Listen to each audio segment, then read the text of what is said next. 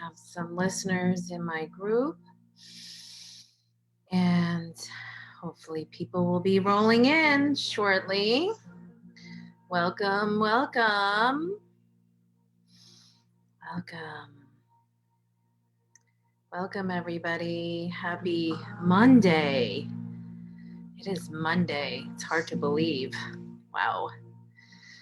Okay. For some reason. Okay. I see the chat now.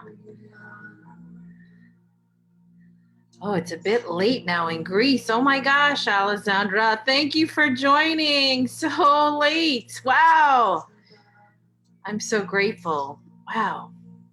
So I have some great things in store for tonight, including an exercise. So if you have a pen and paper ready to go and your attention just over the next 45 minutes, 50 minutes, hopefully we can end on time tonight. But I just wanted to welcome you. Welcome, everybody. This is an invitation to your best health and the next best 20 years of your life.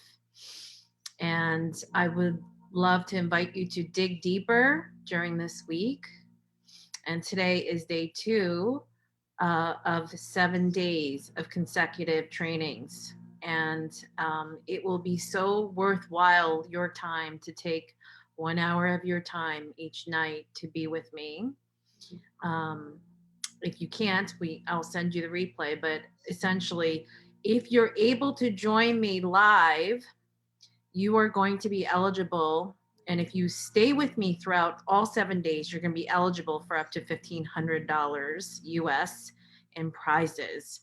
So definitely worth it to join in here.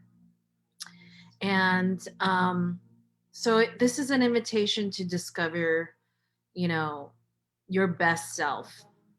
And Secrets to Unleash Our Revel is for entrepreneurs, women, business owners, and leaders of their households as well as their lives, who get blocked with self-instituted obstacles and who want more out of life, who want to live a life that's nourishing and brilliant. And I'm just grateful that you were able to join me tonight. Couple ways you can connect, and that is to type into the chat and type into the chat as well as,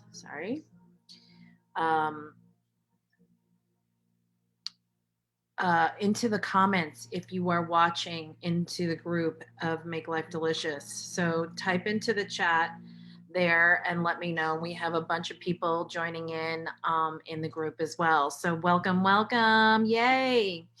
So typical entrepreneurs or business owner problems are you struggling with a scarcity mindset because of the fear of unknowns? Are your daily business priorities always making you take your health into the back seat? And are you having difficulty finding time for self-care besides just getting your nails done, but really self-care in a nourishing way? And are you increasingly maybe short fused? Your emotions, your reactions are short. And are you feeling overwhelmed in other aspects of your life, including your relationships, your family commitments? And ultimately, are you feeling unfulfilled and frustrated? These are just some of the symptoms and signs that maybe perhaps that there may be a deeper underlying issue going on. Okay. So it's not just about all the stress that you're going through, but there's many different aspects of our hidden blocks, our hidden inner critic that comes talking to us when we feel really down or when we feel like a failure. So this training is about undoing some of that, uncovering what that is. And so those of you who don't know me, my name is Tina Hong. I'm an executive health coach, health and mindset coach, and I'm also an author and speaker. And what I do really well and love passionately doing is working with professionals who live a very stressful, highly engaged in the business world life, and who have difficulty slowing things down. And I've been doing this for about 10 years. And I work with busy professionals to provide tools and strategies to really move the ball further forward. So I'm also in the midst of writing a book called 60 in Stilettos, 6 potent strategies to live a life with more vitality in midlife.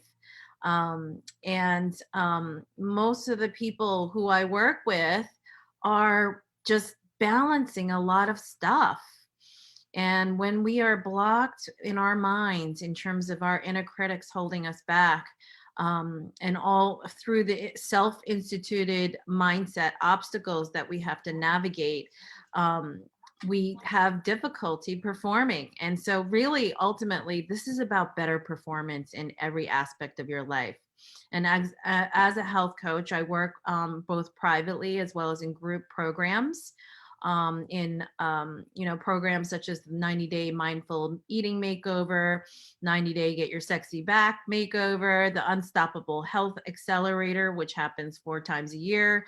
I have offered courses and throughout the year that pop up in group format, but I'm also available one-on-one for private coaching, which will potentially get you further along a lot faster. So I don't know if you've worked with a coach before, but if you have, put a comment in or chat and say, let me know if you have. So I want to tell you another little story. Yesterday, I talked about my friend Jonathan. This is my appa, and he is my dad who passed away in 2011. So, so in early 2000s, he was diagnosed with stage 4 cancer, bile duct cancer, which was a GI cancer.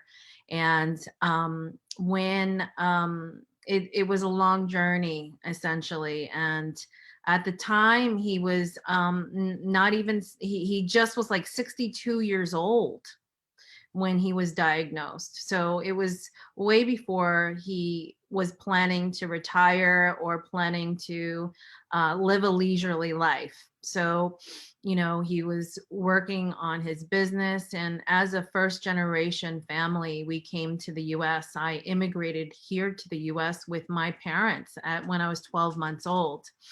And so for 10 years, he had stage 4 cancer in various forms.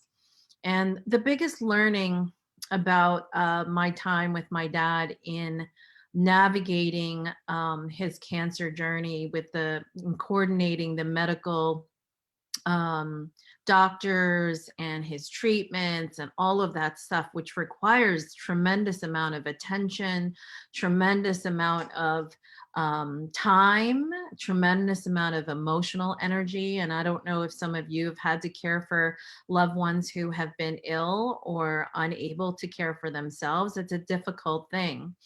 And so those times were difficult because I saw suffering. And this is one of the reasons why I do what I do is, maybe cancer is not totally preventable. Um, some of it can be because it can be environmental, and his cancer was due to environmental causes, but also from stress, from coming to a brand new country and not having a lot of means or connections and starting all over. So for a very long time, he had to really just be in survival, in scarcity mode. And I really do believe that that suffering was a lesson for me when I saw him having difficulty walking, having difficulty doing the things that he loved to do. And he wanted so much to live, and he had so much more living to do. But unfortunately, the cancer took him over. It was 10 years, which he exceeded all kinds of statistics at Sloan Kettering Cancer Center in New York City, one of the best cancer centers in the world. And so, so the point is that, we don't know what's going to happen, and not to scare you or anything like that. But right now is our best life in our midlife, when you are kind of at the height of your career, or maybe you're reinventing. Right now, at this point in your life, is the most important, because essentially it could be a bifurcation of how the quality of your life the next 20 years, and basically prevention. It's really about prevention. If you think the medical care system here in the US is actually going to save you or heal you, I just want you to know that that is not a dependable option. The best kind of option is actually to take power back, take yourself back. And the entire training here this week is really about taking your life back and living the most nourishing and brilliant life in every single way, and feeling confident about it, and really uncovering and understanding our deepest limiting beliefs, and creating new powerful frameworks, so that we can have a life of ease, so that we can have a life of joy, and getting more out of slowing down and getting out of the rat race, and feeling more positive, and having more time to do the things that we love to do, and spending time with our family. So I just wanted to share that. So there's no reason why the quality of our life over the next 10, 20, 30 years has to be a life of suffering. And really starts with our mindset and our thoughts and our habits. And I spoke about the optimal 3 pillars of optimal vitality, meaning your nourishment, both on and off the plate, your mindset and habits. And all of my work that I do with clients over the years, I've discovered that really at the crux of it all, of a health turnaround, it really starts with mindset. So that's really, really key. So yesterday we talked about the science behind why you haven't been able to lose weight permanently. And I explained to you kind of the whole curve, the stress curve of how you have physiological reactions based on stress, and how it can actually change your physiology and your chemical makeup, and how you digest, how you breathe, how you blink. So it actually activates certain parts of your nervous system to be able to heal and even recover. So stress and managing stress is really one of the key things to actually be able to lose weight permanently and turn your health around. Tonight, we're going to get into secrets of changing the inner critic. So I'm going to give you some tools around this. And back to, she is the rebel. She is a rebel because she's a bit of heaven. She's a lot of heaven, but she also has a wild side. And it's not about breaking rules. It's about breaking your own institutional rules you've made for yourself. That's why she's a rebel. And it's about taking your power back and trusting your inner wisdom, and really showing up with more trust in this universe. And that takes work. It's like building a muscle. Just like you have to build your business, it's like building a muscle to actually start thinking intuitively and tapping into your inner wisdom. So, and we talked about how mindset is 100% behind why weight loss failures happen around the world. So, if only less than 5% of people can keep the weight off permanently, what really holds them back in all the years that I've been coaching clients lose up to 50, 100 pounds of body fat is it comes down to mindset. It really does. The mindset has to be in a place where it's in a place of abundance and positivity and confidence, so that you'll know and you can trust that the work that you're doing without deprivation can actually be joyful and really come with superior results. And I've been able to do that with many, many people, and it's totally possible. So our unconscious to conscious autopiloting exercise that we can do on a daily basis can affect our self-image, our relationships, our sense of achievement, and also our physical self. And to actually redefine what is familiar, our comfort zones that we automatically go to, can actually be redefined. Instead of going to the automatic go-tos of what is familiar and what is safe, if we redefine that, reframe those, the mindset around that, we can actually have unstoppable confidence. And so so it's more about the choices and not about the self punishment or the guilt or the self doubt. We want to build a radiant, unshakable confidence. So we cannot become what we need to be by remaining what we are. So this is so cool. I love this quote. And actually, my friend Jackie Castro Cooper, who is a physical therapist, wrote this book called Self Care, Self Love. And that was one of the quotes in her book, and I just really enjoy it. If you haven't got it, this is a really good book, Self Care, Self Love by Jackie Castro Cooper. You can find it on Amazon. But anyway, when we have an unshakable confidence, everything is possible. We become unstoppable. And becoming confident means becoming who we are, becoming authentically who we are, and not just what we do. And oftentimes in the business world, we apply business rules in our life, and what we do gets defined, defines who we are. And I would love to encourage you and invite you to think about things differently over this week. We know that becoming confident in who we are, being comfortable with that, really being clear with that, enables us to do so much more. It enables new confidence beliefs, new definitions, new associations with the world around us and our mindset. And I'm going to get into that tonight. So we briefly talked about, just briefly reviewing, we talked about the stress curve and how, in a very pleasant state, our digestion, our rest and recovery and repair modes of our body are able to actually do so much more, successfully and more efficiently. Our bodies are able to work more efficiently when we are in a mindset of compassion and openness and groundedness and presentness.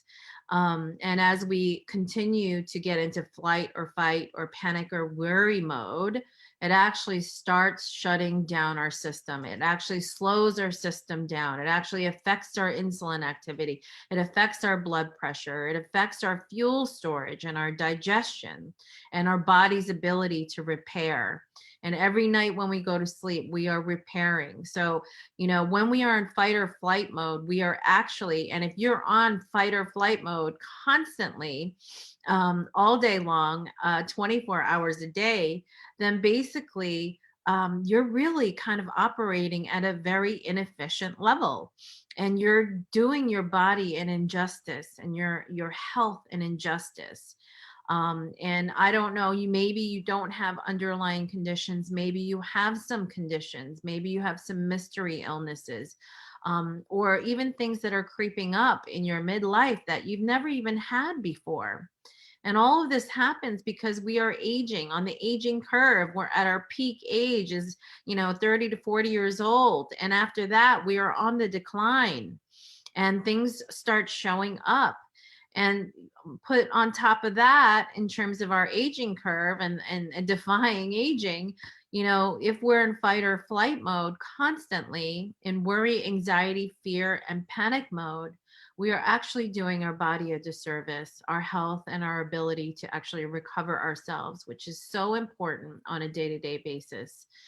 And then, of course, in free state, where you are just completely so stressed out, so maxed out that you're unable to really think positively. You disassociate, you become numb, and there's feelings of trappedness and hopelessness. And at that stage, our body is actually contracting. It's actually conserving as much energy, as much effort as possible. So we don't ever really want to get into that free state, but I can probably guess that a lot of you are in fight or flight mode a lot of times during the week and throughout your day. So this actually triggers your insulin response. It triggers so many different things in terms of our body and biology. And just briefly, we talked about how the stress cycle really starts programming in our subconscious that we cannot control, things we can't control. And the thoughts and emotions that come with that, the dialogue, the inner critic that's saying to you, you're such a failure, you're not doing enough, you're not good enough, you're never gonna make this happen, or or there's comparison mode with other people, other successful people, and maybe there's that kind of dialogue going on. But when you get into that dialogue, it actually has a physical and a physiological response. And what happens is it really gets built into your subconscious. And what we need to focus more on is I am in control of my destiny, and saying affirmations that I am able, I am capable. And those positive affirmations build trust into the universe, build trust, and actually raises your frequency to receive more. And I'm going to show you what that means a little bit more specifically in terms of science. And practicing relaxation responses purposefully and intentionally actually can counterbalance some of those negative associations that we've built in our subconscious. Our bodies are designed to go back to homeostasis. Our bodies are constantly in rest and repair mode, because we are really tough on ourselves all day long. We are pounding the pavement emotionally, psychologically, mentally. We're constantly critically thinking about problem solving in every aspect of our life, including our business, including our personal life, including our family life. And as women leaders, I know how much brain crunching you're doing on a day-to-day basis to problem solve everybody else's problems. But please trust and know that our bodies are amazing mechanisms, that once we are actually able to enable ourselves to produce a relaxation response through activities or breathing or meditation, or just taking a pause and slowing down, that it can actually bring us back into balance. And it works. It is true science. And when we do that, that automatic new programming starts building new patterns and new ways of thinking in our subconscious. And just like riding a bicycle, initially you don't know what to do, or you forget if you haven't been on a bicycle for 20, 30 years. But once you get on, you remember those kinds of things. So in action, in emotion, and that's where we start remembering, and how the autopilot kind of takes over. We talked about the right and left hemispheres of our brain and how it negotiates change and difficulty. So our left brain, as business owners, as leaders in your professional life, we are constantly trying to problem solve. You're problem solving money, you're problem solving relationships, you're problem solving your health issues on a constant brainwave basis. And it's about like patterns, and it's about recall, it's about components, and it's mathematical, it's analytical. But very few times we are actually exercising our right brain activity that is more intuitive, that is more imaginative and creative. And that's where we want to be. We want to be training our right brain to be more expansive. And so I mentioned the three pillars of optimal vitality is about nourishment. It's about our retraining our habits, but it is also about our mindset. And so our mindset is what we're really focusing on throughout this entire week. So secret number 2, here we go. So secret number 2 is changing the inner critic. How do we change the inner critic? How do we get rid of it and banish it and tell it to go away? Okay. So Stephen Covey says the inside out approach to personal and interpersonal effectiveness means to start first with self, even more fundamentally to start with the most inside part of ourself, which is our paradigms, our character, and our motives. The inside approach actually says the private victories precede the public victories. So I'm going to say that again. The inside out approach says that private victories precede public victories. So when we are able to have private victories in terms of winning over our inner critic, it actually will affect our external life. And so this work is super, super important. And the answers are within you. And yesterday I ended the training with this: I am currently seeing a glimpse of the woman I'm meant to be, and she is stunning. And this is an affirmation that you can say over and over again. She is stunning. A glimpse of a woman I'm meant to be, who you are, and she is stunning. And so I really encourage you to get to a place, and I would like to, give you the tools to get to a place where you believe that. It's not just words, but you believe that deep down in your heart. Because when you believe that deep down in your heart, your energy changes, your vibrations change. And it actually, your energy and your vibrations change, your physiology changes when you do believe that deep, deep inside. So here is the secret to changing our inner critic. And so this is this is an inspiration from Jack Kornfield. He's the author of The Wise Heart. He is a teacher of Buddhist philosophies and religion in a more modern way. But if you can get from grasping to abundance, in the abundant heart, our sense of welfare expands. And through practicing mindfulness and compassion, our desires actually can be transformed.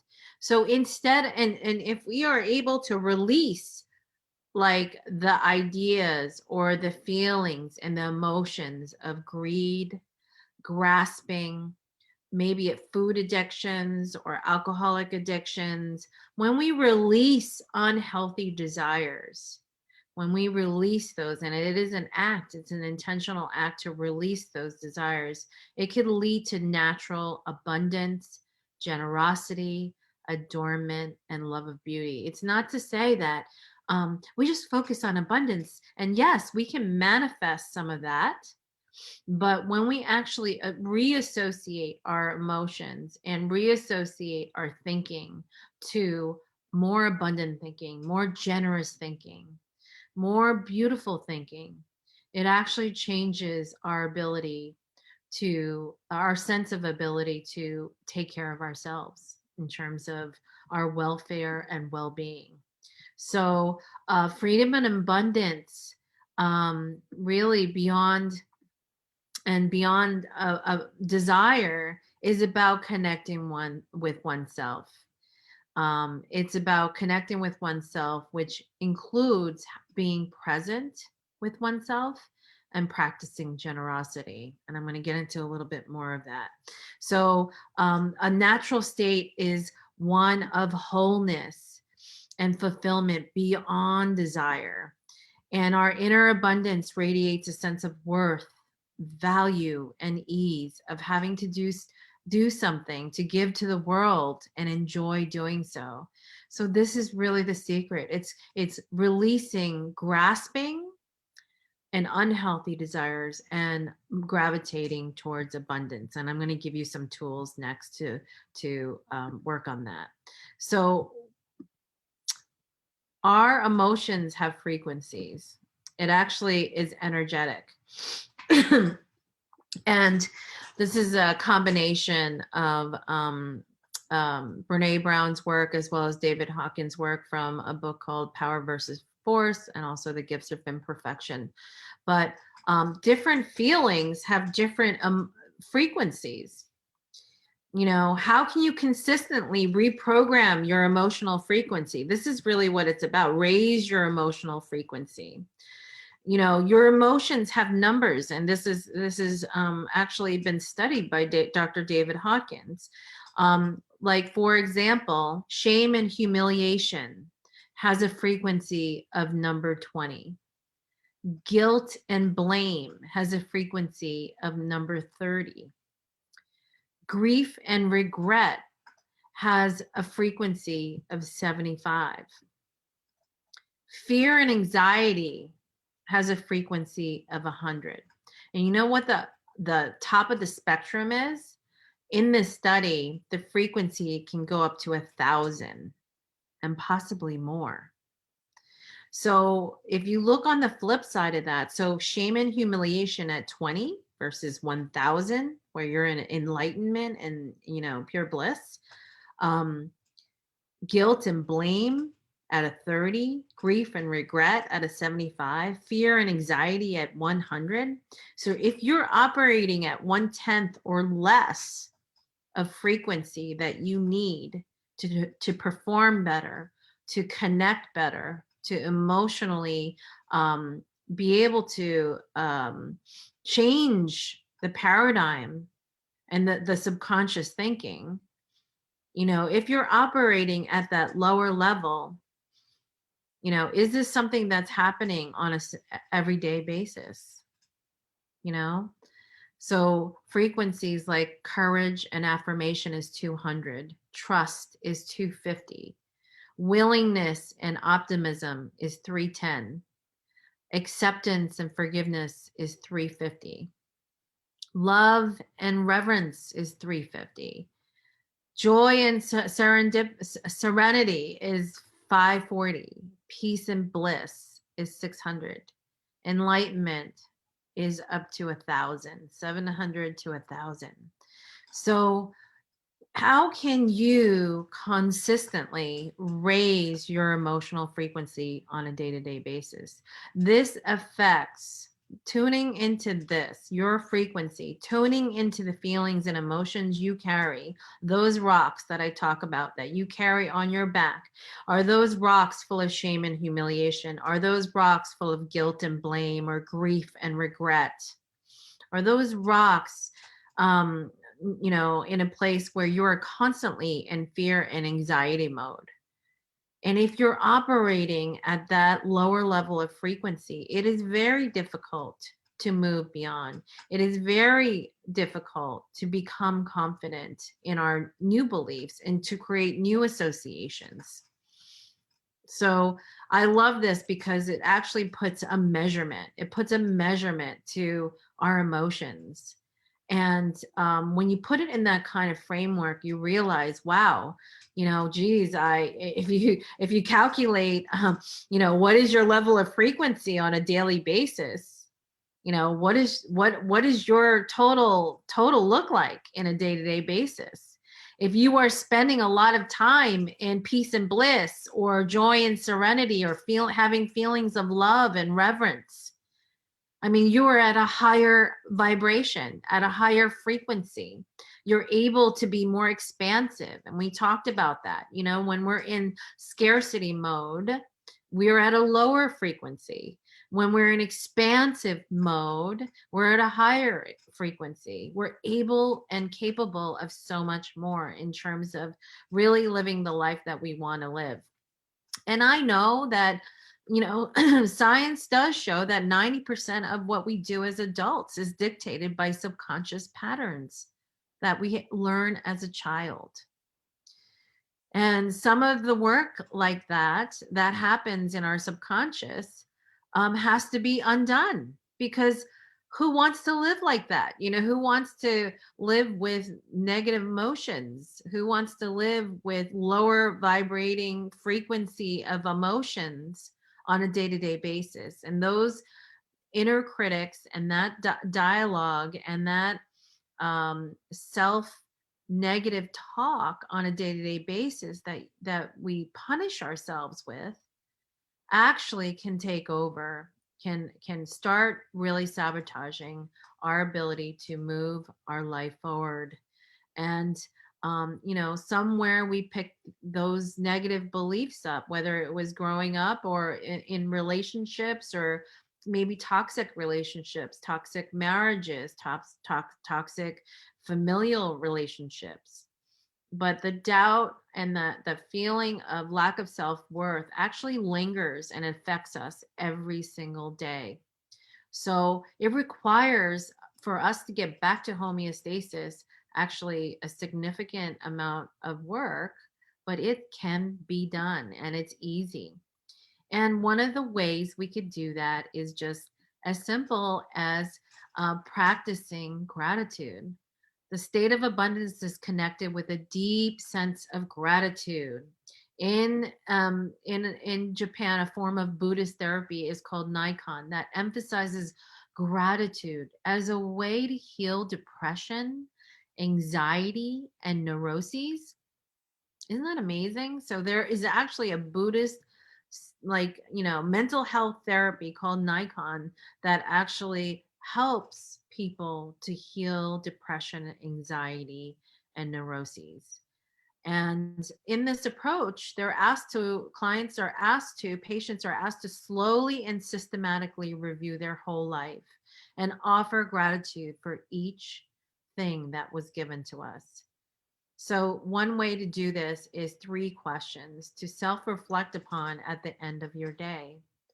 What have I received today? What did I receive today? Today, I received, for me personally, I received an amazing testimonial from one of my current clients. And I was just really blown away. And I felt so deeply grateful that I was able to help this woman and to really make a difference in her life. And I just was really overjoyed with that. So I really just felt it deeply in my heart. And when we actually nourish our heart with that kind of deep, deep gratitude, it actually starts doing things differently. We start reprogramming the patterns, because it's putting those positive patterns and the positive modes of thinking into our brain. The other question is, have I given today? What have I given? So instead of just what have I received, but what have I given to others? That's just as much equally a gratitude practice, you know? So what if I have given? Oftentimes, when we get into a low frequency state, it's about I'm not enough. I don't have enough. I can't, I'm not. And those are the words that come up. But what if we change the dialogue to say, what have I given today? When you take an inventory at the end of your day and reflect what these 3 questions are. What have I given? What have I received? And then the third is, this is again the Buddhist philosophy, so it's based on Buddhism, but what troubles and difficulties have I caused today? So we are often not willing to take responsibility for the troubles and difficulties that we may have caused. And maybe we're not even aware of that.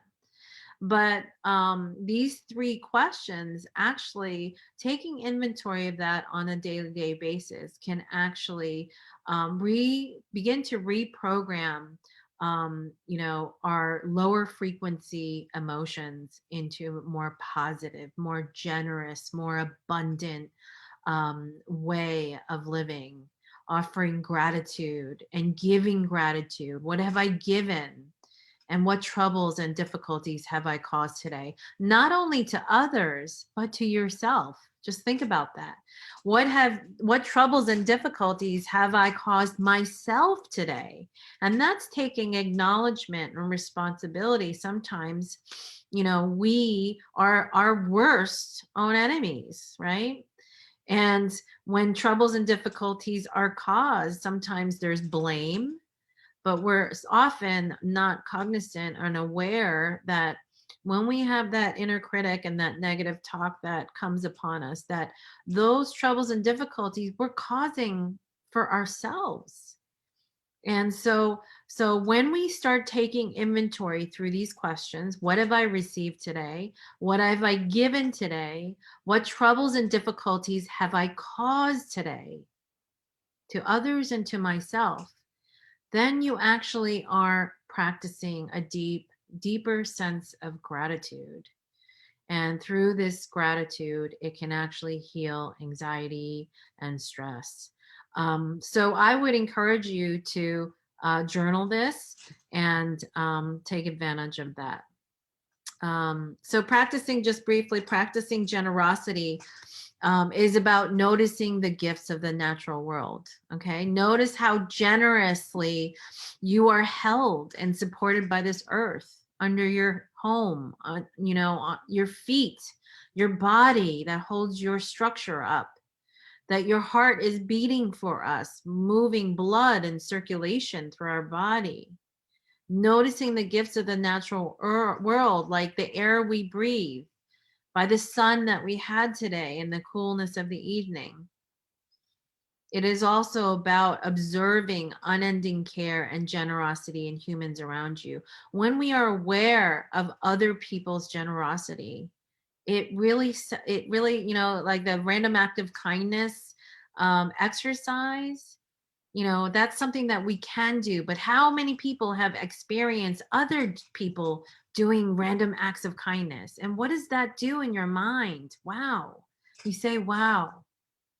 And looking for spontaneous thoughts of generosity, that whenever giving comes to your mind, um, is something that is a practice. And oftentimes we get stuck into we are not getting enough. And also practicing delighting in whatever we do. I know work can be a toil and business can be a toil, but how can you make work and the things that we are gifted to do and purpose to do in this life, in this time frame, actually be delightful? How can we see the beauty in it, in our thoughts and our words and our deeds? And noticing all these things, noticing the gifts of the natural world, the generosity of humans around us, noticing all these things actually um, can help us feel coming alive. It gives us a sense of aliveness. And oftentimes, when we feel dead or when we feel contracted, we don't feel alive, fully in our fullest best self. So, what is your priority? Are we cultivating authenticity and self compassion, gratitude and joy?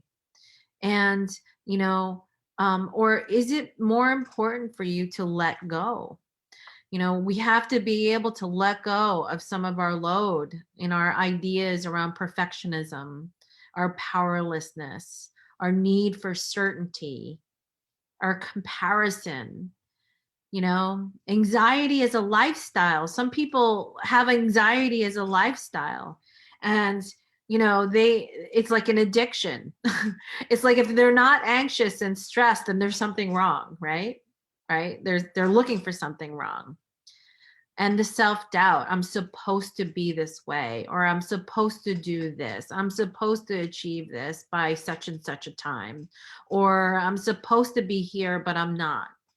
So it's difficult to cultivate new patterns of thinking, new patterns of doing, when it's difficult for us to let go. So one of the first things is really letting go while at the same time incorporating new practices like gratitude.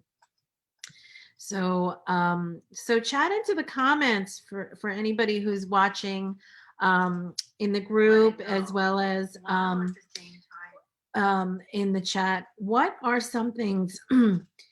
What are some things that you need to let go of?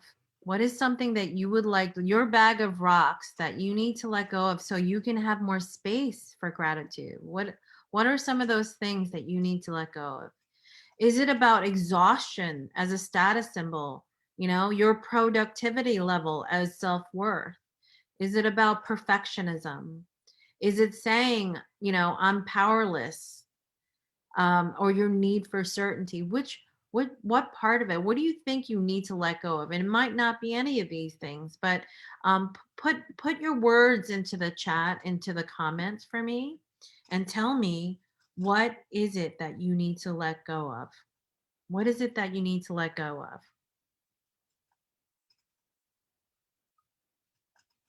What can we let go of so we can make more space to cultivate gratitude? Anybody? I'm going to move on. But that is something for you to think about. So that is an exercise you can take note of this in your journals. What do you need to let go of in order to cultivate gratitude, in order for you to cultivate authenticity? If it were to trade 2 or 3 things that we need to let go of to create more space, more abundance, and more expansion, what do we need to let go of? And it takes careful and insightful evaluation, and just getting present with ourselves. So remember this picture from last night. This little girl is running on the beach, completely carefree, with no fear. And I want you to put yourself in that moment when you were 4 or 5 years old again, or 6 years old, and you were at the beach with your family, and you were running and running and running as fast as you can towards the waves. And you didn't have a care in the world. You weren't afraid. Your parents were nearby. You were feeling safe. you know, you were feeling safe. So this is a very strong visualization of bringing ourselves back at that moment of safety, of that feeling, creating that association, that emotion of freedom, just running like a child, and being carefree. So, how much of that emotion is existing in your life right now? Shelley says, I need to let go of the need to know. Well, okay. So, this is about practicing, as children, when you're 4 or 5 or 6 years old, do you need to know? No, they just feel into it. They just feel into it. It's an intuitive thing. It's a natural thing. That's the way our bodies and our mind has been designed, to be curious, to be creative, to be imaginative. So I want you to think at that moment when you were 4 or 5 years old. Hopefully there was a moment in time, and some people might have had traumatic pasts and childhoods and growing up. But I'm sure there was a moment in time that you were able to experience that kind of freedom and safety. And so I want you to think about that. So, how much joy and playfulness as a child? Remember just that time that you were able to play on the beach and throw sand around and not care about getting messy, you know? Just think about what that felt like, that emotion. If that was missing from your childhood, and for some people it was, maybe you had a traumatic childhood. Maybe it was difficult. Maybe you came, it was years and years of abuse, or verbal abuse, or physical abuse. And that could be. But please know this, that you can reprogram that thinking, because right now it's dwelling and it's deeply embedded in your subconscious. And maybe perhaps you haven't wanted to shine a light on it because it's too painful. But when you actually shine a light on it, you're able to see, you're able to step back from it. And when you have distance from it, an emotional distance from it, you can see a little more clearly. And when we can see ourselves, our child, in a compassionate way. You know, this is the whole inner child thing, you know, years and years of psychology, right? Um, you know, when I went through caring for my dad who had cancer, I was going through post traumatic stress therapy. I went through EMDR, hypnosis, all kinds of therapy because I was feeling traumatized by his suffering, because I was witnessing his suffering and I did not want that to be happening. And that could be a very horrific experience in itself. And what that brought on for me as a behavior was I became like helicoptering and over diligent, over hyper vigilant over his care. And it became so obsessive that I just really was falling apart, and I needed support. And I was seeing a therapist twice a week at times when things were really bad and really scary for me because it felt out of control. I felt like I needed to know the answers and I needed certainty. And there was no certainty with his health because he had essentially a death sentence made by the medical doctors, which he exceeded significantly by double. You know, they said he had less than 5 years to live and he lived till 10. But just think about that. The things that we are told in this world or we tell ourselves may or may not be true. So why don't we choose to say something or to believe in something or create a belief that actually can propel us forward in a much more nourishing and brilliant way, in a more natural way, like this little girl on the beach who really needs, who has no fear, and it's about intuition. She's feeling into the sand and the air and the sun, you know, that we want to be confident. When we radiate unshakable confidence, everything is possible and we are unstoppable. And believe it or not, it is totally possible to reprogram your subconscious. It's not to say that it bury it and that it didn't and never existed, but it's about acknowledging that and saying that's not me anymore. I'm defining myself as someone new. You know, I have a new belief about myself now. I have a new definition about myself. And declaring that, it takes work though. It takes work, just like building a muscle. Okay, um, so I want to continue on because, and then yesterday I talked about imagination.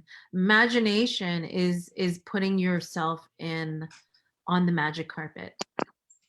And um, Alessandra, did you want to say something? Did you want to share? Okay, so imagination is your magic carpet. If you wanted to share, feel free to unmute yourself and pop in here if you want to. But imagination. Did you want to say something, Alessandra? Okay. It is your magic carpet, and when we can get ourselves in a creation mode and an expansive mode, we are able to uh, imagine all new possibilities, and we can let go of those self-instituted obstacles. When we create new belief systems and new patterns of thinking, and when we can let go of some of those negative beliefs and stories that we grew up with or that we have been living with in relation, into our 40s, 50s, 60s, 70s, when we can let go of those self-instituted obstacles or beliefs, we're able to take that magic carpet and to be able to do so much more. Okay. So Alessandra said it's okay. Good. So she was concentrated on the line of thought. Yeah. So where is your magic carpet taking you? Do you have a vision of your future? Do you have a vision of who you authentically are?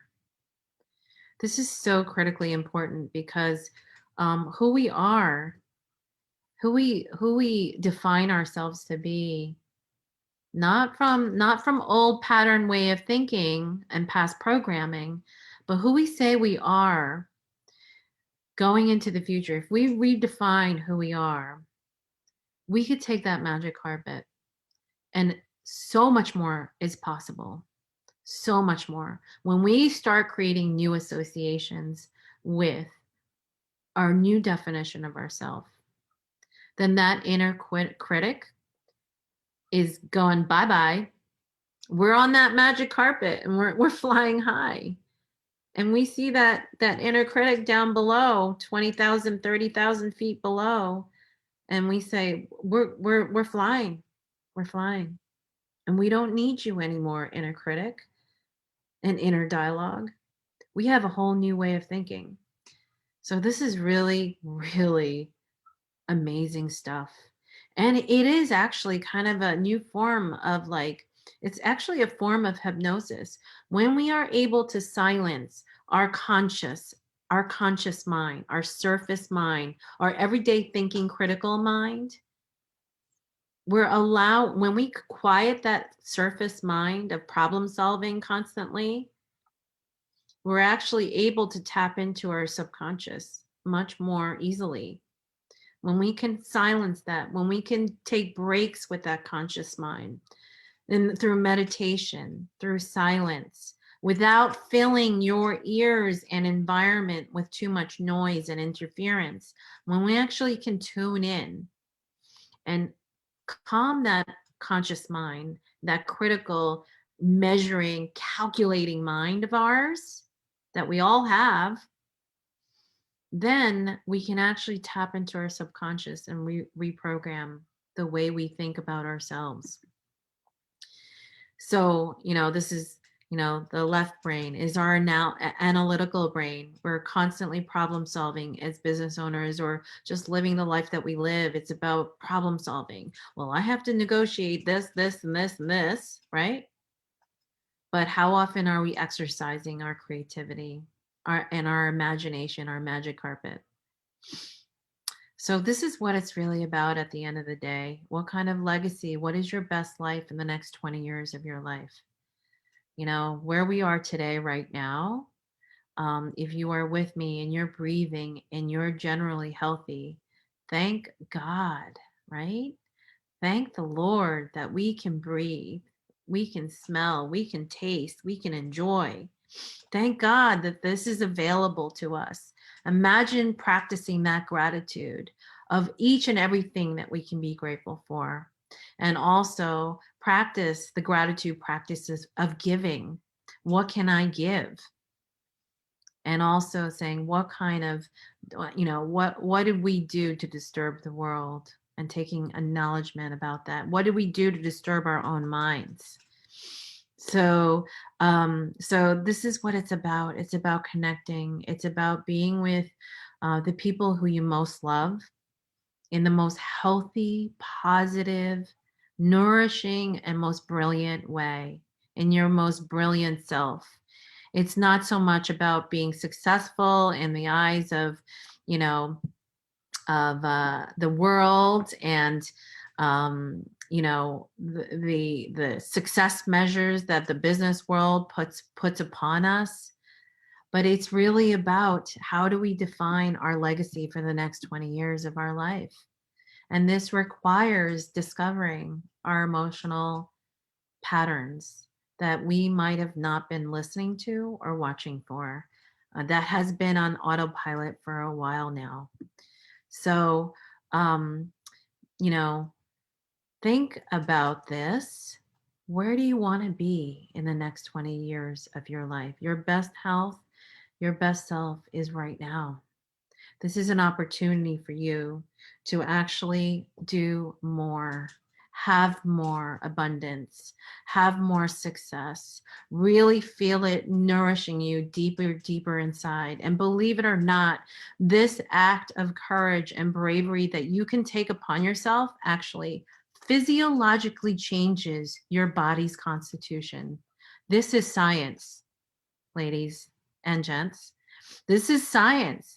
When you are actually able to tap into that subconscious and really start patterning the way you think about yourself, the way you see the world around you, and practicing gratitude in those three ways in the Japanese Nikon approach, it actually can change a lot of things. You start receiving more and you start becoming much more healthy.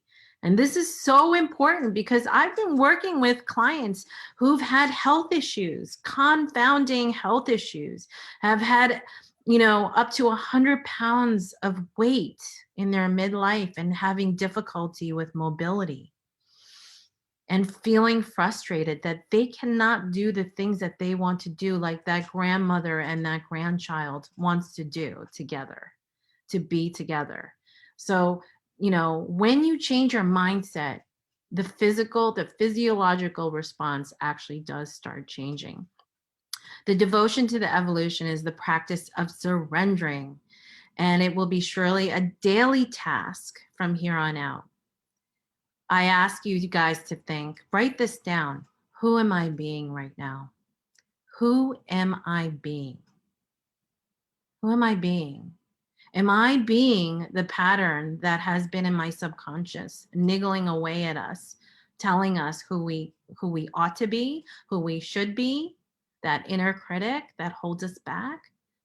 All the programming, the recording that might have been in our brains for a while now. Is that who we think we are being? Is that who we're being? That past programming. If you're ready to take the next step, if you're ready to take that magic carpet, I dare you, I encourage you, I challenge you to define, who am I going to be? And this is really about redefining your thoughts, redefining your patterns. Coco Chanel, I love Coco Chanel. She said, a girl should be two things. And this goes for guys too: who she is and what she wants. Do you know who you are and what you want? Are you clear about that? And it seems so simple and fundamental, but if we are constantly falling into line with our past critical thinking of who we have been defined to be, instead of taking our power back and saying, this is who I am and this is what I want. Okay, like just think about that for a second. How have you been operating? This is who I think I should be as a wife, as a mother, as a spouse, as a sister, as a cousin or whatever, as a friend. This is who I think I should be. How often do we fall into that definition? And how often do we feel like such failures because that definition was predisposed to us or preconditioned to us? But you know what, ladies? Here's your chance. This is midlife, right? You have another 20, 30, maybe 40 years ahead of you. People are living to 100 years old. Right now, at the middle of your life is the time to redefine. It's the time to redefine. So who and what she wants. So I want you to think about this. And as a writing exercise tonight, either before you go to bed or before tomorrow morning, because I would love for you to come back and share with everyone what you got out of it. And really think about this. Take a few minutes. It doesn't have to be like a long exercise where you're journaling for hours, but I want you to ask, who am I being right now? Who am I being? Who am I being? What are those presupposed kind of conditions that you think you have been being? And what do I really want? The second part of that is, what do I really want? So Jennifer says, such power in rewriting the story of who we think we are. Yes. Yeah. So who am I being and what do I really want? So we have an amazing opportunity here. During this week, every single day, we're going to tap into reprogramming our subconscious, reprogramming our mindset so that we can have more abundance. So we can have Nikon, which is gratitude in our life every single day. And I will post a picture and also email that out to people who are on the Zoom, what that 3 Buddhist practices around gratitude is, the Buddhist therapy to heal depression, anxiety, and stress. So just wanted to tell you a little bit about, before we end tonight, what some of the clients who I've worked with have said in the work that I've done. What clients have said is, here's one: working with Tina has been a worthwhile journey. And now most of my clients come to me for weight loss, right? That's their first, what they want, what they say they want. And they say, while I've lost weight and seen a lot of visible physical changes, I've really felt a slow and steady change within myself on how I view my ability to change my life and achieve my dreams in my personal life. I've been surprised at how well some of her suggestions and changes yielded subtle but important changes. How I think and feel about myself, how I talk to about myself, how I look at myself. And while I'm still a work in progress, I'm amazed at how I no longer feel at war with myself. I no longer see losing weight and regaining my health as a punishment that I must receive for being unhealthy for many years. I really view this as something I not only deserve, but that I know will work and last. I'm glad to have a coach who is with me on every step of the way. Another quote is, my rebound in confidence and self-acceptance, self-love. I honestly didn't consider the benefits of the aspects of the program that weren't explicitly and obviously related to weight loss. I truly feel happier and more open to what the world has in store for me, more than I have in years. And I've lost 25 pounds in 3 months, mostly of fat. I've been more optimistic about my dating life and feel confident and proud of the way that I look and feel. I fixed a lot of my GI problems and no longer feel hungry or restricted. I actually find myself satiated way earlier than I would have ever before. So, our hunger response, we talked about emotional hunger versus physical hunger. How we feel about ourselves and how nourished we are in our hearts and in our minds actually do affect our palatability. And it really has a direct correlation to how we serve ourselves, how we honor ourselves, how we care for ourselves in every aspect of our life, in our relationships, in our business. And our health is our most important aspect. And this is what my mission is, guys. This is what my mission is. I want to help people turn their health around before it's too late.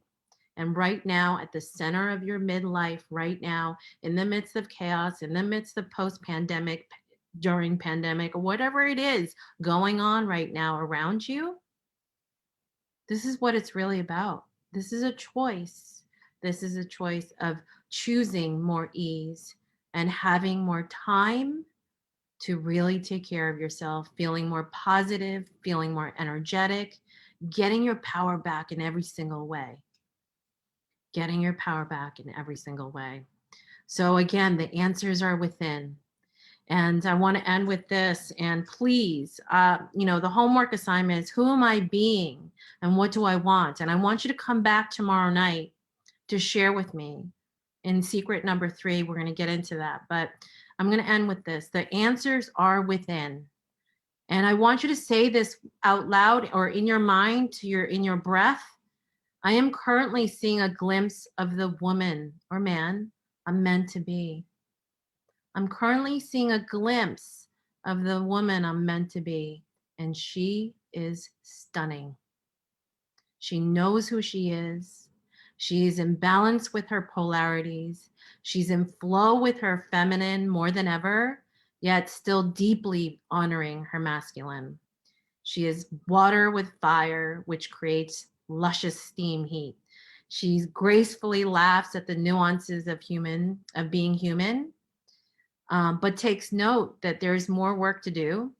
She trusts that everything is lining up as it needs to be, even if it cannot be seen or fully understood. She is heart surrendered, allowing space for life to unfold.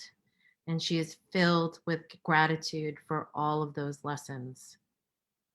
And she is deeply committed to the inner journey, diving into the depths of her heart to love herself more and therefore loving others more. And she knows the answer is within her. She knows that the answer is always love. And she knows that she is stunning. So say that to myself one more time. I am currently seeing a glimpse of a woman I'm meant to be. And she is stunning. She is stunning. And I want you to look at yourself in the mirror tonight and say that to yourself, that she is stunning. And to really make that commitment to taking your power back, to silence that inner critic, to get on that magic carpet of imagination, to expand your right brain exercise thinking. Okay? So I hope this was helpful to everybody. I'm just at the hour right now, so I don't want to take up too much of your time. But if you have questions, please put it into the comments on Facebook or into the chat box on Zoom. Tomorrow night is secret number 3, how emotions and habits and mindset make your weight loss permanent. And I'm going to get into focus a little bit more on habits and what that means in our daily habits. And that's where a lot of people get tripped up as well. So not only do we have to have a fundamental muscle training around our mindset, but our habits become full of disarray when we are in a chaotic environment and we are unclear about who we are and what we want. So tomorrow I'm going to get into habits for secret number 3, and then anti-nutrients that sabotage, and again, loving yourself. And we're going to end the weekend with an intuitive mind-body empowerment training with a special guest, and end with a self-love power circle so that you guys can go forth feeling confident with the tools that you were able to pick up this week and to really actually put it into action. And so if you have questions and are interested in or don't have time or whatever, put it into the chat or put it into the comments. I'll hang out for a couple more minutes. And if the questions don't come up right now, you can email it to me. You have my email at tina@goodnessmultiplied.com. And I will bring those questions up into tomorrow's training so everybody can hear. And if you have those questions in the group, please put it into the comments so that everybody can see. Okay. So awesome. So thank you so much for joining me tonight. And this was a really jam-packed hour. The replay will go out. And for those of you who are joining me in the replay in the group, please share with me that you saw this, that something happened, shifted for you, that you learned something. I would love the feedback that I've been a good teacher. So Not that I have to be a good teacher. It's not a have to or supposed to, okay? But I just want to give and I want to love you up and I want to make an impact for you. I want you to make the steps to actually make a difference in your life. So I'm so grateful that you joined me for secret number 2, day 2, changing the inner critic. I hope it was valuable. If it was, please give me a heads up and let me know. And then join me for tomorrow night. We're going to talk about habits and interference with habits. Okay. Have a great night. And I will see you guys tomorrow. Sleep well. Thanks. Have a good night.